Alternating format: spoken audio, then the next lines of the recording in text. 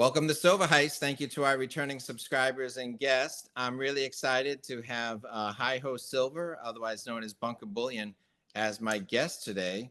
So welcome to the show. Thanks for having me. I appreciate it. Yeah, so Hi-Ho Silver is a stacking legend who designed his own silver coin. So I wanted to get into that. Before you designed your own coin, as context, I started my channel in 2018, about a week after Silver Dragons and a month before Yankee Stacking. So I was looking at one of your old videos recently, and it was from 2016. So it was a full stack video of 2,000 ounces of silver and 15 ounces of gold. So my question is, how did you manage without us? Still trying to figure that out. Yeah. I started stacking in 2014. And I just started, I had goals and I really kind of pursued them in the best way I could. And 2016, that was about halfway through. I finished stacking in 2018, ended up going up to about 5,000 ounces of silver and 20 ounces of gold. That's awesome. So how did your love of silver and gold lead to you designing your own silver coin? I think I just saw something that kind of moved me. It's a sculpture on the entry area of some stairs in a building in Washington, D.C. And it was of George Washington kneeling in prayer at Valley Forge. And there's a little horse in the background. And I thought, boy, that's really neat. And so I kind of had in my head for about 4 or 5 years before it actually got made. The original version was in 2022. Intalio Mint and I did a collaboration on it. I presented the idea, and he and I had followed each other on YouTube. And so we decided to go ahead and do a true collaboration. And the plan at that time was to follow it up with a 1 ounce. That first one was a 2 ounce collectible high premium piece. And I really wanted to follow it up with a 1 ounce that was a little more accessible to more people in more stacks. That was originally going to happen in 2023, but life kind of got in my way, and I finally got back to it this year. Great. Yeah, thanks for sending it to me. It's really beautiful, and we'll be showing pictures on the screen so people can see the front and the back. So very nice design. There's great sculptures of that period. In New York City, there's a sculpture from St. Gaudens of General Tecumseh Sherman on a horse, and it's all gold gilded. And in front of him is walking a striding liberty. I think it's the exact same representation that's on the St. Gaudens coin. Neat. I'll have to look into that. But before, yeah. So great sculptures from that period of time, for sure. So this was done, I'm sorry, this was done based on a painting that was done in the late 1800s. And it's just such a terrific likeness and really nice balanced subject matter and everything. It had a message that kind of resonated with me. It's not really a religious coin necessarily. It could be. It's meant to kind of share that things don't have to be the way they currently are, and if we could kind of remember some of those core values that are important to a functional society, that might be a good thing. I'm attracted to things that are beautiful, and it struck me beautiful, and I decided I have a daughter, and she'll be my main legacy, but this round will always be there too. Awesome. So I forgot this setup here. So thank you for being a guest today. If you're a guest in my home, I have some vinyl. So as a guest in my home, you would get guest choice. So of these 3 records, which would we listen to? Louis Armstrong, Stan Getz, or the Blues Brothers? We're gonna have to go with Stan Getz on this one. Great. I actually I had the chance to meet him. I'm a jazz musician, and collecting vinyl records was my first passion. I used to get in the car and drive with my girlfriend in high school. She's now my wife, and we used to head over to Seattle and just come home with a couple hundred records. And Wow. I have all three of those records, but Okay. Stan Getz, my teacher and friend was named Don Lanfear, and he was an important saxophonist in bebop and in the Woody Herman band. And so I went to go see Stan, who was one of Don's friends, and I got to hang out a bit with Stan. Really sweet man. That's awesome. That's awesome. Yeah, one of my dad's favorite artists. So, well, cool. So, how about turning it back to how you went from silver stacking to silver pouring? What can you tell us about how you got started in silver pouring? Well, I kind of started purchasing all kinds, a really wide variety of silver products. And one of those things I happened to grab was a 10-ounce bag of silver shot. And I thought, hey, maybe I'll get somebody to make something for me.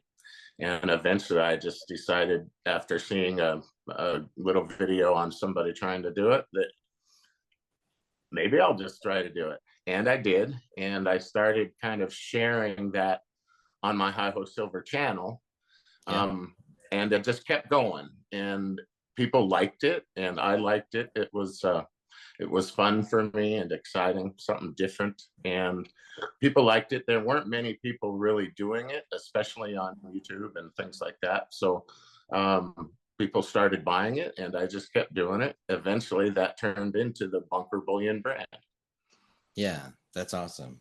I've hosted a Christmas show where I buy like 20 gifts and I put them in a cigar box, and my guests basically buy the gift, but it's a surprise of what they get. So one year I did have a Bunker Bullion button in there, and then last year I actually kept it for myself. But, that's smart. So very nice. I picked it up at APMEX. So what's your connection with APMEX, and what have you done with them? Well, their head of products basically saw some of my work and contacted me. I've been contacted by a couple of other online dealers over the years, but it just didn't make sense for me to do. But he really liked my things and wanted to include me in their catalog. So he told their poured silver guy, hey, work something out.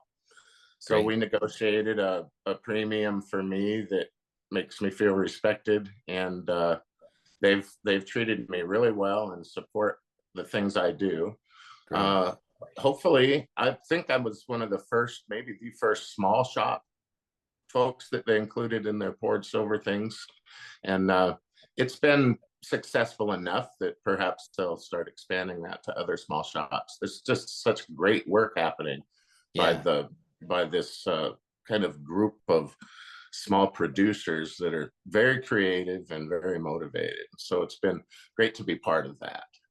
So your poured silver is at APMEX, but going back to your George Washington coin, where do people buy that? That will be available on APMEX in probably about 2 weeks. I sent them their first order yesterday. Wow. But I sell it on my site, which is tastysilver.com. Okay, great. And that's where I sell my poured and cast things. And that's also where you'll see pretty prominently the In God We Trust rounds. Nice, nice. What are some of the other versions of the George Washington coin? You mentioned the 2 ounce and the 1 ounce. Are there some other versions? That's it. There's a mintage of 1,000 on the 1 ounce that's just been released a couple weeks ago. The 2 ounce, we did it's numbered and was a mintage of 2 ounces. And I did several finishes on that. I did a proof-like finish myself, and then I hired Simply Fine Silver, who does great stuff on Instagram, to do a gilded or partially gilded and an antique version. Super low mintage on those two. This one, I could see if I've been searching for some more subject matter to kind of have the In God We Trust theme be a series. Okay. It's gonna be hard to beat the design of this George Washington. So we'll see. So far, I haven't found an art concept that I think could follow it well. But the I'm going work. to put one on the screen. Yeah, I'm going to put one on the screen. Have you seen the movie Glory? I have. Yeah. There's a great statue by St. Gaudens. It's a flat relief, but high profile, of Colonel Shaw and his troops. It's quite beautiful. It's in Boston, and it would make great subject matter. So I'll take a look at that. I yeah. found a couple of other things I'm considering. Uh-huh. This one, Intalio and I, we first adapted the sculpture to a coin, and Yeah. then he sent the computer work to a sculptor in Europe who did the actual translation onto the round, and really a skilled guy. I never got to know his name because it wasn't his artwork, so he didn't put his name to it. But Right. really, really proud to have it and have it be such a great likeness. But I do have ideas that maybe in the future I could find another worthy subject. So I'm on the lookout. If anybody has something you think would fit with that "In God We Trust" theme, let me know. Yeah, that's awesome. Great theme. So let's talk about stacking. What are some of the things that you focused on, and what did you learn along the way? Well, I started, like I said, in 2015. I'm a retired music teacher and a professional musician. So I had other assets that I had worked on with my wife, but a lot of it was kind of digital, so to speak. It was in a bank, it was in a retirement fund or things like that. And I wanted to kind of expand those more tangible things like real estate and precious metals. So I started an account and I started filling it, knowing that I would eventually purchase some precious metals, but I wasn't knowledgeable about the market at all. And so I knew that I wanted to dollar cost average some money into this asset class, but I didn't know what to buy yet. So I just put it into an account while I learned, and I would buy small things. My focus ended up being really wide interest. So I had a very varied stack. I have what I call my perma stack. That's what's going to be left to my heirs. Great. And that includes mostly 100 ounce and kilo bars, just low premium, straight up bullion, junk silver, and 1 ounce gold pieces. So that's in the perma stack, but I had a large collection of other collectible things. I went overboard. I got things that weren't necessarily smart purchases, but it was how I learned. And I just kind of kept adding. A lot of people talk about, stack what you like. I did that for a little while. And then as I kind of realized how the business end of it worked, I switched over. I didn't stack what I liked anymore. I stacked what other people like. Yeah. And that made sense for me because when I stopped adding ounces to my stack in 2018, I still had moves that I could make with the collectible things that I had. And so I've been able to increase the value of my ounces without actually putting more dollars into it. And plus it allows me to keep playing the game. Yeah, that's great. Have you been a long time eBay seller? I sold very little on eBay. Okay. My High Ho Silver channel was fairly large at the time. It was among the larger channels. Yeah. And I kind of had trouble making enough stuff, and I didn't really want to sell my silver unless it was stuff I poured. But it was a show and tell channel, and sometimes I would just run a sale and say, hey, I've got these 10 things. So I sold them through my own little website that I built. eBay, I did a few things. I don't do anything on eBay anymore since they've changed the laws. That's really impacting how the collector's market works, not just in silver and gold, but in everything else. The fees are very high. The reporting is just more paperwork you have to do. So I don't sell on eBay currently. I may need to. There's certain items where you're not going to get enough eyeballs on a piece to actually get its value. So those things I would still do on eBay. When you're making your poured silver, do you start with a purchase shot, or do you put some rounds and bullion into a pot? And are there things that you regret that you dropped into the furnace? Oh, sure. I've melted plenty of stuff. Every silver pourer can tell stories about, yeah, I melted some of those. I started mostly by just melting rounds and bars that I could find at a good price. As I got better at doing it, I needed more consistency than that would give me. I'm not a scientist, but I kind of try to know things. I don't really understand. If you have multiple products that are all the same purity, you would think that they would perform the same. They just don't. They don't. That final cooling surface is different.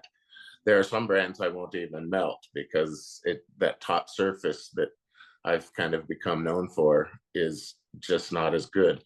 So I switched to a shot provider who's been making shot for about 50 years. Wow. And it's the same every time, and it's the best I've found anywhere. So it costs me a bit more, adds a little bit to my premium, but it gives me that consistency that I need and want, especially with the sales through APMEX, where the pieces need to look like the photo that the customer's seeing. So it's almost all shot now. Yeah. But when I first started, it was almost anything. I've melted some good stuff. Yeah. It's like, the wife's like, wait a minute, that was the coin I wanted. So, well, great. You've got some great stories. I would love to do this again in the future. Would you like to join us again and just talk about stacking and/or silver pouring again? Absolutely. In particular, I miss talking about stacking. Yeah. I learned a lot of things and have done pretty well with how I did it. And I'm a teacher, and so I enjoy talking about things that I think might be valuable to others who hear these ideas. And I'd love to visit with you again on any subject. Yeah, I'd love to talk about the stacking. So I have a blackboard I use in my videos sometimes. So I would love to hear from a real teacher. So that would be awesome. So, well, thank you, Hi Ho Silver. It's great talking with you today. It's a beautiful round, and look forward to more creativity from you in the future. Well, thanks so much. I appreciate it. All right, take care.